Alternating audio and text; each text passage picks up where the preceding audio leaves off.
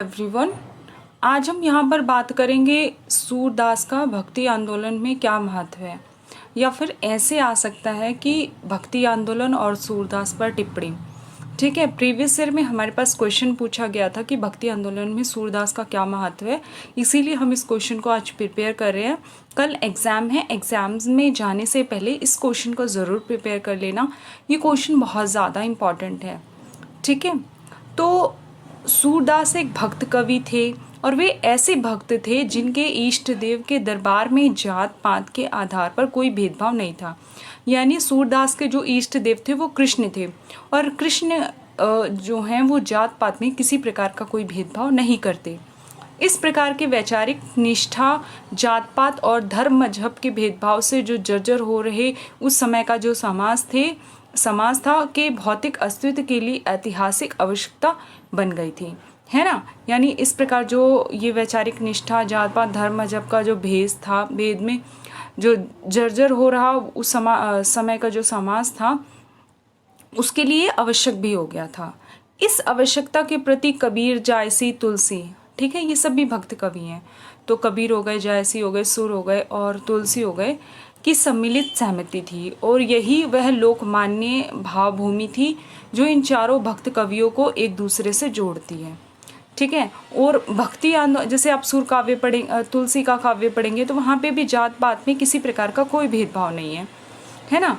और भक्ति आंदोलन के रचनाकारों के बीच जनभाषा को अपनी अभिव्यक्ति के माध्यम बनाने के सवाल पर समान ढंग से प्रतिबद्ध और सहमत थे। यानी कि सभी जो भक्त कवि थे वो ये मानते थे कि कविताएं अगर रचनी है तो आम लोगों की भाषा में ही रचनी है, चाहे वो ब्रज में हो या अवधि में हो।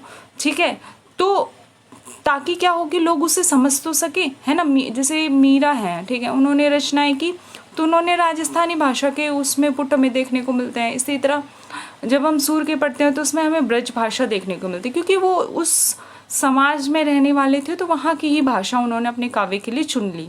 इसीलिए हम देखते हैं कि सूर उन जन भाषाओं में अपनी कविता रच रहे थे जो साहित्यिक सांस्कृतिक दृष्टि से परिष्कृत और पिछड़ी हुई थी, है ना। यानी कि वो साहित्य और सांस्कृतिक दृष्टि से बड़ी पिछड़ी हुई थी, लेकिन लोगों के बीच बहुत करीब थी, लोगों की भाषा थी वो।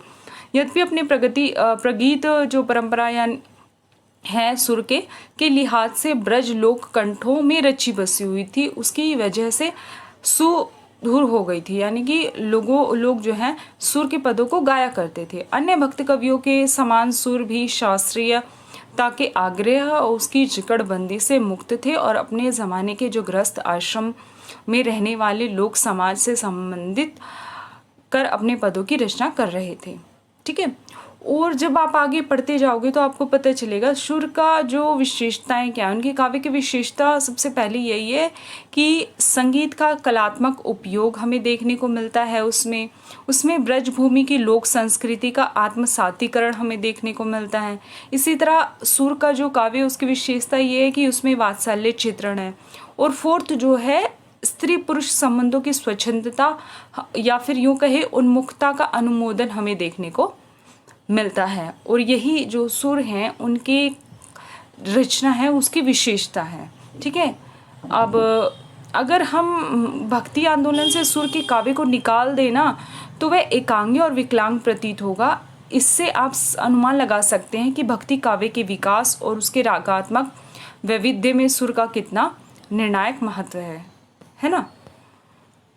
अब आगे बढ़ते हैं और हम दो तरह से इसको पढ़ेंगे। एक तो भक्ति आंदोलन में कृष्ण भक्ति धारा, और दूसरा निर्गुण और सगुण के बीच में जो द्वंद्व चल रहा था उस टाइम पीरियड में, उसकी बात करेंगे। उस पे कैसे जो सुर है वो दिखाते हैं कि सगुण भक्ति निर्गुण से बेहतर होती है, ये वाली चीज़। ठीक है, तो कृष्ण जो हैं का प्राचीनतम उल्लेख स्तुतियों की रचना करने वाले ऋषि के रूप में ऋग्वेद में पाया जाता है। इसके बाद छंदोग्य, उपनिषद, महाभारत, जातक कथा, भागवत, हरिवंश पुराण। यानी कि हमें क्या है कि कृष्ण की भक्ति ऐसा नहीं कि सूर ने स्टार्ट किया था, वो पहले ही हमें वेदों पुराणों में ऋग्वेद में हमें देखने को मिलता है, उसकी बात यहाँ पर की गई है।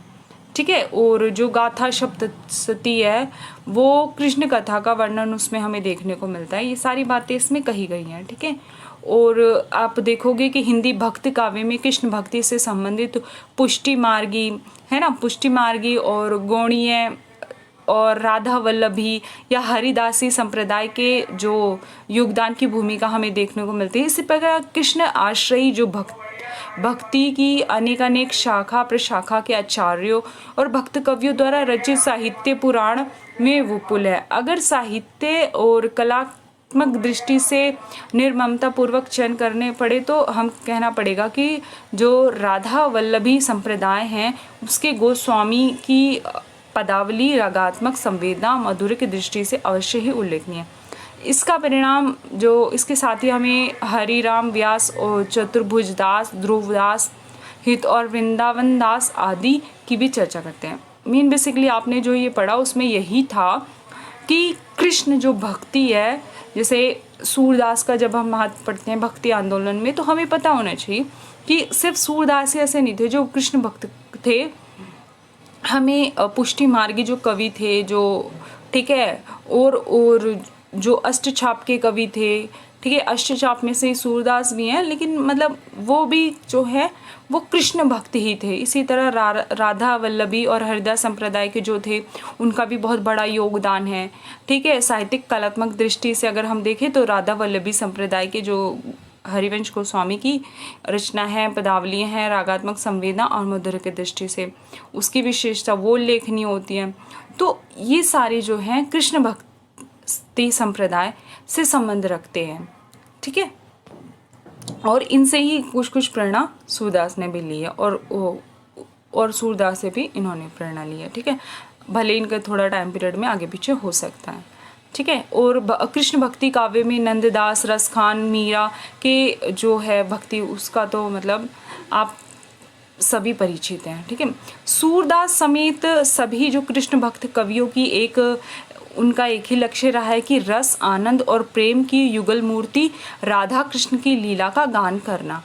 और आचार्य शुक्ल के इतिहास ग्रंथ में कृष्ण भक्ति शाखा के विवेचन के अंतर्गत यह मान्यता रखी गई है कि कृष्ण भक्ति परंपरा में कृष्ण के प्रेममयी मूर्ति को ही लेकर जो है प्रेम तत्व की बड़ी विस्तार से व्यंजना हुई है, उसके लोक पक्ष का समावेश नहीं है। यानी कि जो आप देखोगे उसमें जब कृष्ण वहाँ द्वारका चले गए थे या मथुरा चले गए थे वहाँ नहीं, बल्कि जो ब्रज में थे और वो हमें वो प्रेममयी जो मूर्ति है कृष्ण की वो सब हमें देखने को मिलती है। इन कृष्ण भक्तों की जो काव्य प्रेम मत गोपियों से घिरे हुए गोकुल के कृष्ण उसकी हमें चर्चा देखने को मिलती है। बड़े बड़े भूपालों के बीच लोक व्यवस्था की रक्षा करते हुए कृष्ण की जो वो द्वारका के कृष्ण की, बल्कि ये नहीं है उसमें कि मतलब कृष्ण जो हैं जैसे आप कार्टून्स में मूवीज़ में देखते हो कि कृष्ण इस राक्षस से इसको बचाते हैं, और ये सब नहीं है उसमें कि बहुत बड़ा नाग था समुद्र में था उससे उसको मारकर, और ये सब नहीं, बल्कि उसमें जहाँ पे लोग प्रेम उन्मुक्त गोपियों से घिरे हुए कृष्ण ये सब हमें काव्य में देखने को मिलता है। कृष्ण के जिस मधुर रूप को लेकर ये भक्त कवि जो रचते थे चले थे वे हास विलास के तरंगों से परिपूर्ण अत्यंत सौंदर्य का समुद्र है, ठीक है। चलो उसके बाद सगुण निर्गुण माला जो है उसके द्वंद्व में ईश्वर की जो भूमिका है वो हम देखते हैं। और इसको पढ़ने से पहले प्लीज़ मैंने ना जो भ्रमर गीत की व्याख्या करवाई है ना वो कर लो, पूरा का पूरा वही बसा हुआ है इसमें। कृष्ण की जो भ्रमर गीत वाले जो हैं वही सारा इसमें भरा पड़ा है, ठीक है। तो भ्रमर गीत ना बहुत ज़्यादा कर लेना, बहुत इंपॉर्टेंट है वो, ठीक है। मैंने उसको 2 पार्ट्स में 2 वीडियो में उसको कवर किया है। चलो तो भक्ति आंदोलन के भीतर सगुण निर्गुण का द्वंद्व बहुत ही तीखा रहा है। भक्त कवि सूरदास कृष्ण के लीला में सगुण रूप के अन्य भक्त हैं, मतलब बहुत बड़े भक्त हैं, और वल्लभाचार्य ने उन्हें पुष्टि मार्ग में दीक्षा दी, है ना। यानी कि जो सूरदास उनके जो गुरु थे वल्लभाचार्य उन्होंने उन्हें पुष्टि मार्ग के कवि ये उसमें उनको शिक्षा दी थी, दीक्षा दी थी। और सुर का काव्य एक और जहाँ स्त्री पुरुष के संबंधों की स्वच्छंदता उन्मुक्त प्रेम भावना का समर्थन करता है, वहीं वह उस जमाने के जो शास्त्रीय दार्शनिक विवादों में हस्तक्षेप भी करता है।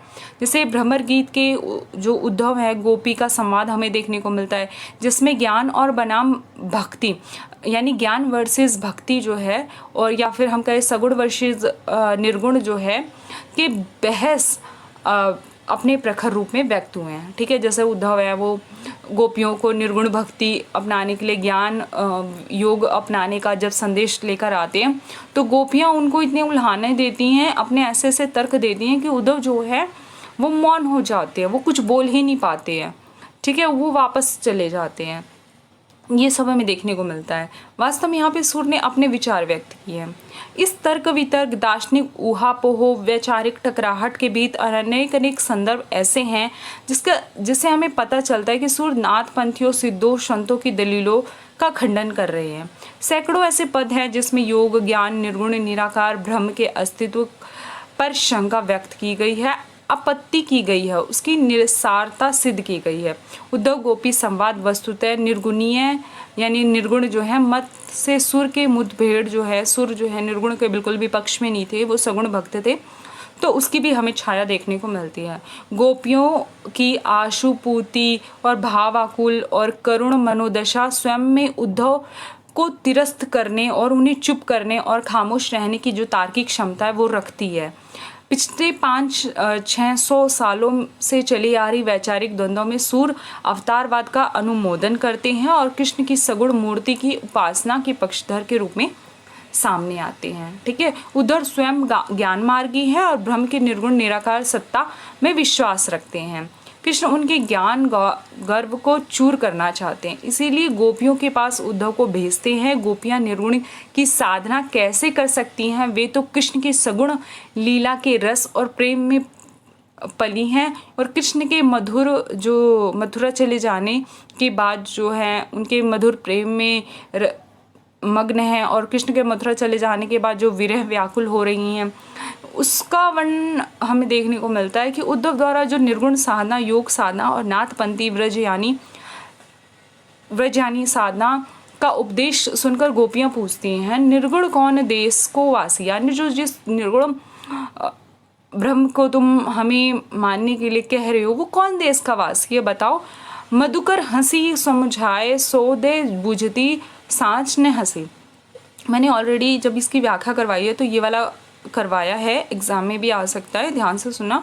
इसमें बेसिकली यही है कि वो पूछती हैं कि तुम ही बताओ कि जो हम ना तुमसे हंसी मजाक नहीं कर रहे, हम सच सच तुमसे पूछ रहे हैं, बताओ कि वो कौन देश का वासी है, कौन है, जरा उसके पिता कौन है, जननी को कहिए, बताओ उसकी माता कौन है, कौन नारी को दासी, कौन उसकी प्रेमिका, कौन उसकी दासियां हैं, कौन बैरन बेस है, कैसी कहिए रस में अभिलाषी, किस रस का अभिलाषी है वो, उसका क्या वेशभूषा है, पावेगो पुनि कियो आपन जो रे है गो गांसी, यानी कि तुम सच सच हमें बताना किसी प्रकार, गांसी मतलब छल कपट, यानी तुम किसी प्रकार का ना छल कपट मत करना, अगर ऐसा करोगे तो फिर उसका अंजाम तुम्हें भुगतना पड़ेगा। सुनत मौन है रहिए ठग्यो सो सुर सबे मति नासी, यानी कि इतने बुद्धिमान जो उद्धव है इन अनपढ़ गोपियों के सामने उसकी मति नाश हो जाती है, चुप हो जाता है वो।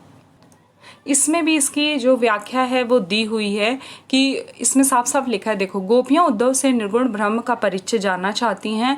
यह निर्गुण ब्रह्म किस देश का वासी है, हे भौरे यानी हे उद्धव हमें अच्छी तरह से समझा दो, हम शपथ खाकर तुमसे सच्ची सच्ची बात जानना चाहती हैं, कोई मजाक नहीं कर रही है, कोई हंसी नहीं उड़ाना चाहती, हम वास्तव में जानना चाहती हैं कि उस निर्गुण का पिता कौन है, उसका रूप रंग पहचान कौन सी है, कैसा है, वह किस रस के योग की अभिलाषा करता रहता है। गोपियाँ पूछती हैं कि हमारा प्रेम तो प्रेम रस में अनुरक्त है, पर यह निराकार ब्रह्म किस रस की इच्छा रखता है। हे उद्धव, यदि तुमने इस बात का गलत उत्तर दिया तो अपने किए का फल पाओगे। गोपियों की ये दलीलें सुनकर उद्धव ठगे से रह गए, मौन हो गए और उनकी बुद्धि जो है पंगु सी हो गई। ठीक है, गोपियां बार बार लौकिक जीवन की कसौटी पर परम सत्ता या उपास्य अलौकिक सत्ता की अवधारणा को परखती हैं। यह गोचर लौकिक जगत से परे कोई अलौकिक परम सत्ता है, उसे योग क्रिया के माध्यम से पाया जा सकता है। ये कल्पना गोपियों की सन्निपात के मरीज का प्रलाप प्रतीत होती है। गोपियां उद्धव पर व्यंग करते करती हैं, उन्होंने कहती हैं कि आप बड़े सयाने हो। बेसिकली जो ऊपर लिखा है उसका मतलब यही है कि हे उद्धव, आप तो बड़े चतुर मालूम पड़ते हैं। वो कहती हैं कि हे उद्धव, आप तो बड़े चतुर मालूम पड़ते हो। योग का उपदेश स्त्रियों को आप देने आए हैं। आप ज्ञान साधना द्वारा जिस निर्गुण ब्रह्म को जानने की बात कहते हैं उसको तो वेद भी नहीं जान पाए। आप हमें उस ब्रह्म का उपदेश देते हो जिसकी प्राप्ति के लिए नेत्रों की त्रिकुटी की ओर योग ध्यान लगाते हैं। वे प्राणायाम करके एकटक निर्निमेष दृष्टि से सूर्य की ओर देखते रहते हैं और अपने मन पर नियंत्रण रखते हैं, पर ऐसी साधना हमसे संभव नहीं है, क्योंकि हमारा मन तो हमसे बिछुड़कर कृष्ण के पास सिधार गया है। यानी जो कृष्ण है वो उनके मन को, चित्त को, सब जो है कृष्ण अपने साथ ले गए हैं मथुरा, है ना। अब वो ब्रज में रहकर भी कृष्ण में ही मग्न है। उन मन का हमारा नियंत्रण कहाँ है ना, उस मन का हमारा नियंत्रण कहाँ है। जैसे जब मैं आपको भ्रमर गीत पढ़ा रही थी तो मैंने समझाया था कि एक ऐसा भी आया था पद, जो पंक्तियाँ आई थी जिसमें बताते हैं कि हे उद्धव, हमारा मन तो कृष्ण अपनी रथ पर रखकर मथुरा ले गए हैं। अगर तुम वापस हमारा मन ले आओगे तो हम जो तुम कह रहे हो हम उसको मान लेंगे, हम निर्गुण उपासना करेंगे, है ना।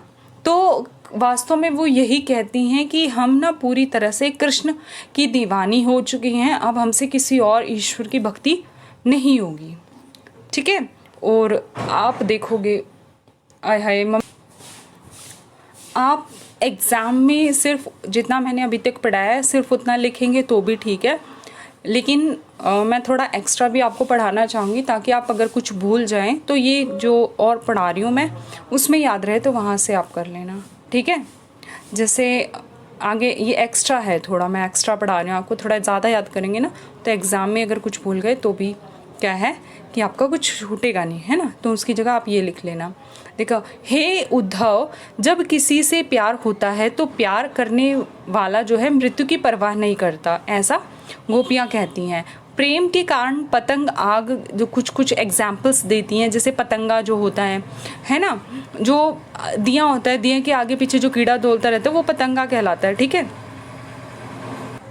पतंगा आग की लपटों में कूद पड़ता है और जल मरता है। जलते समय वह अपनी जो अंगों को भस्मीभूत होने से बचाता नहीं है। प्रेम के कारण जो कबूतर होता है आकाश में ऊंचा से ऊंचा जो है उड़ता जाता है और जब गिरने लगता है तो अपने को संभाल भी नहीं पाता। प्रेम के कारण ही भौरा जो है केतकी के फूल के अंदर बैठ जाता है और कांटों की चोट सहता रहता है। प्रीति के कारण यानी प्रेम के कारण ही पानी जो है दूध में मिलकर आग के उबाल जो होता है को सहता और जल जाता है, अपना अस्तित्व जो है वो खत्म कर देता है।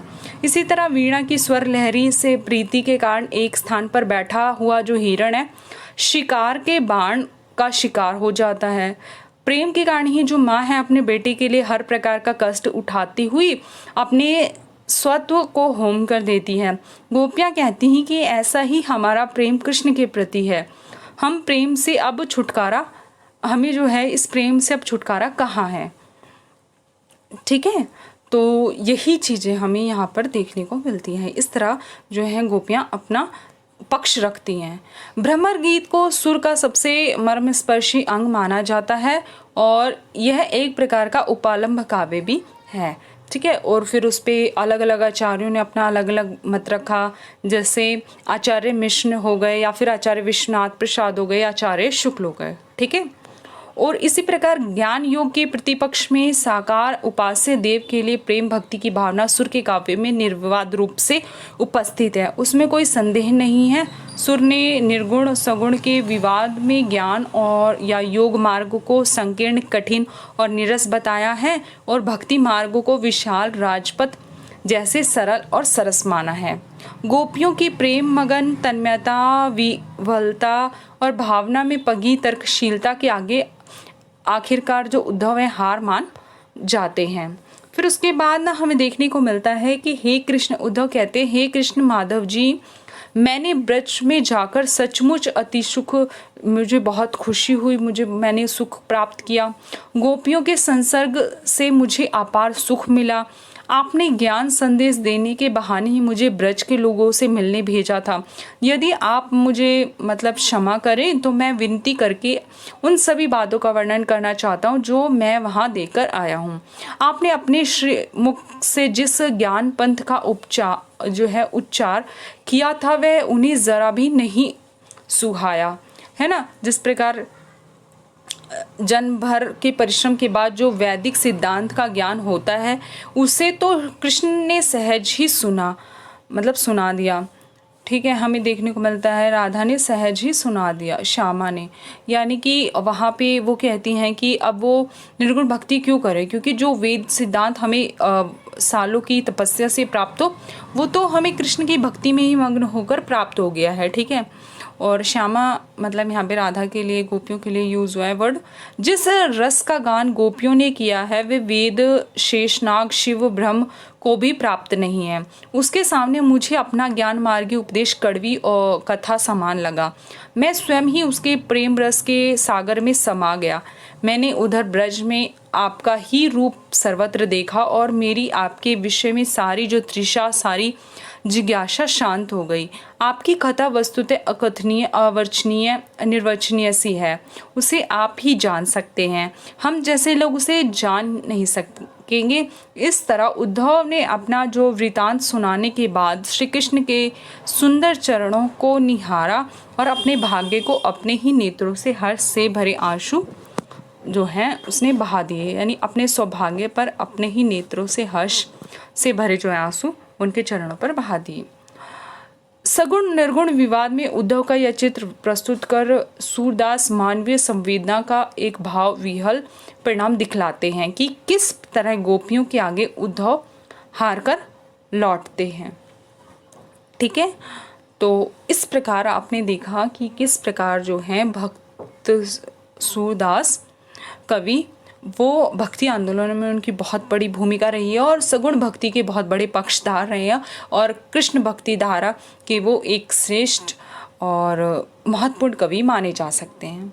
ठीक है, तो इसी के साथ ये वीडियो यहाँ पे ख़त्म होती है और प्लीज़ वीडियो को लाइक करें, शेयर करें और इसे एग्ज़ाम में जाने से पहले प्लीज़ प्लीज़ प्लीज़ प्रिपेयर करके ज़रूर जाएं, बहुत ज़्यादा इंपॉर्टेंट क्वेश्चन है।